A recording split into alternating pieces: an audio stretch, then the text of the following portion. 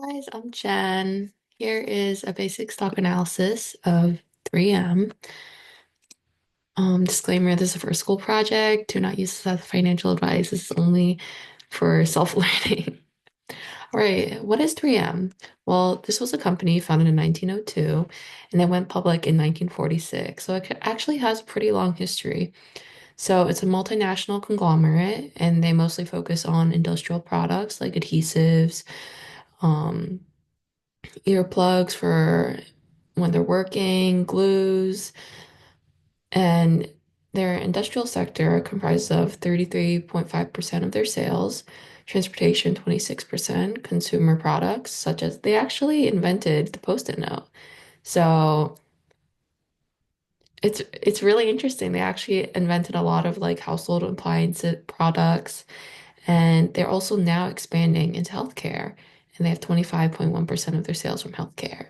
They have over 100,000 patents, according to their website, and currently they have 60,000 products.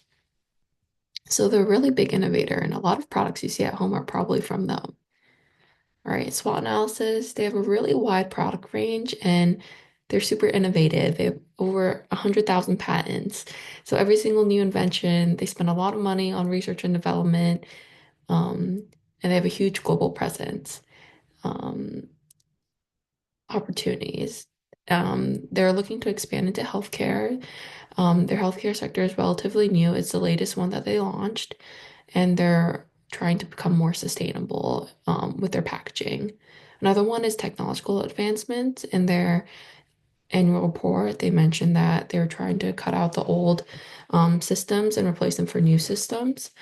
Some weaknesses are the legal and regulatory risks. So over 2022, or just because of COVID, a lot of there were a lot of supply chain disruptions, a lot of like political um uncertainties, and it really affected them because since they are a multinational company, a lot of their sourcing is from outside of the US. A lot of their um the people that they send the products to are outside of the US. So they are a multinational company, and whenever there's a change in exchange rates or there's any tariffs, like a threat, um, their industry gets massively impacted. Another weakness is declining growth because this company doesn't have, it's not like an AI company where they're coming out with something brand new. Even though they have a lot of innovation, a lot of their products are standard household products or standard products already in the industry. And the threats going along with the legal and regulatory risks. They have something called PFAS. It's basically just a chemical that they use in a lot of their products to strengthen it. And it was found to be carcinogenic, and they have a lot of lawsuits on that. So currently they're settling it for 10.3 billion. And this is not the only lawsuit they have. So they have quite a few lawsuits. And with political uncertainty, the Russia-Ukraine war really affected them because they closed off all their sites in Russia and they had to sell all the physical manufacturing stores there. Um, yeah, and another thing is tariffs. Tariffs are huge because 54% of their sales come from outside the US. So any tariffs that are placed on their products means someone else is gonna buy something from their own country, and 3M is gonna be massively impacted. All right, next up, the stock performance. 3M has not performed as well as the broader market. S&P 500 grew this. I compared it to December 1st, 2014 numbers to get the percentages, but S&P 500 earned almost 192%. The S&P 500 industrial sector gained 149%. But 3M only, it didn't really even gain 1%. It was like 0.08 or some 0.008%. And I just rounded it to 1%. But if you can see the orange line here, it hasn't really grown that much at all. They had a massive de decline in 2022, 2023. Their sales weren't going so good. And they've recently recovered in 2024. But over the last 10 years, they haven't, stock price hasn't really grown. And although I couldn't find like a single company that had, the same exact brands, like the industrial, the healthcare, the home um, essentials, something that you could like directly compare with 3M.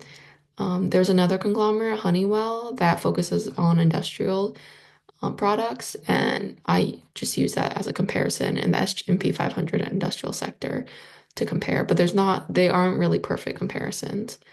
But Honeywell increased 148%, which also did not beat the broader market. But basically, what I'm trying to say is that 3M didn't do so well in the last 10 years. All right, for financial health, revenue growth, gross margin, and operating margin, you can see that Honeywell actually, well, first of all, revenue growth, 3M had negative net income in 2023, which is what I use for this chart. And Honeywell had positive net income, so that is a reason for the discrepancy. And you can see that Honeywell is financially doing better than 3M in 2023. Um, the current ratio, current assets to current liabilities is better for Honeywell as well. 3M has a lot more debt than equity. Equity is just what you put into the stock market, what investors put in. And even though I was surprised by this, but even though they had negative net income, 3M still had positive change in free cash flow. Because if you think about it, free cash flow adds back depreciation. And also, with free cash flow, it just counts the cash. So basically, the current liabilities for 3M actually increase, and that I was actually increase the free cash flow, which is counterintuitive in my mind. But because of the increase in current liabilities, it means that instead of using cash to pay off what they owe, they could just pay it off later. So they have more cash in hand right now. So that's why the free cash flow increased. And return on equity was negative, return on assets um, was around the same as Honeywell, but basically 3M just didn't really have a great year in 2023. Um, for valuation metrics, 3M you can see from the price to earnings and price to sales ratio, Honeywell is priced greater than 3M, and the price to book ratio, just what they have on their books is actually because price to books is from derived from the assets and um, because 3M actually was financed more from debt than equity because it has so if you think about the ratio it's equity over the book price so because it had less in the numerator and more on the denominator, more less on the numerator than Honeywell. That's why the price to book ratio might seem greater than Honeywell, just because they're financed more by debt than equity. So if we put all the equity on the numerator, then it makes it seem like it's greater. But anyways, um, just a long-winded way of saying that 3M is financed through debt than equity, and that's why this ratio is greater than Honeywell, which is financed compared to 3M more by equity than debt.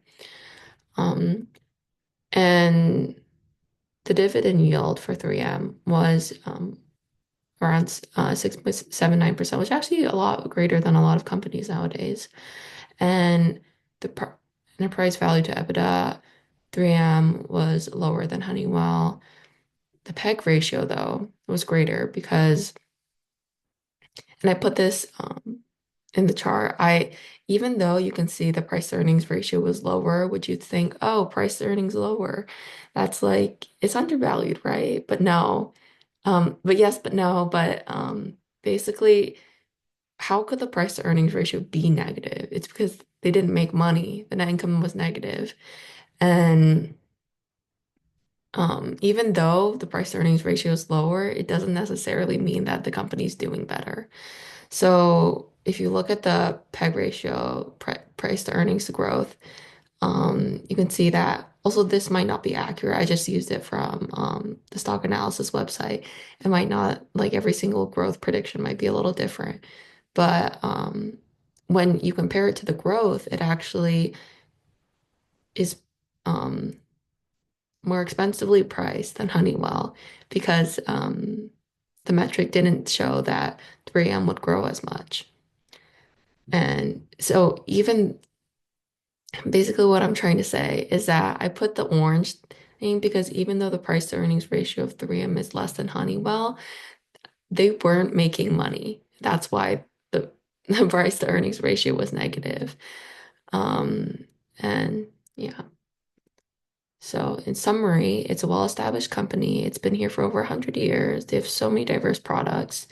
But if you can look at the 5-year return, the company hasn't even gone back to the 5-year high.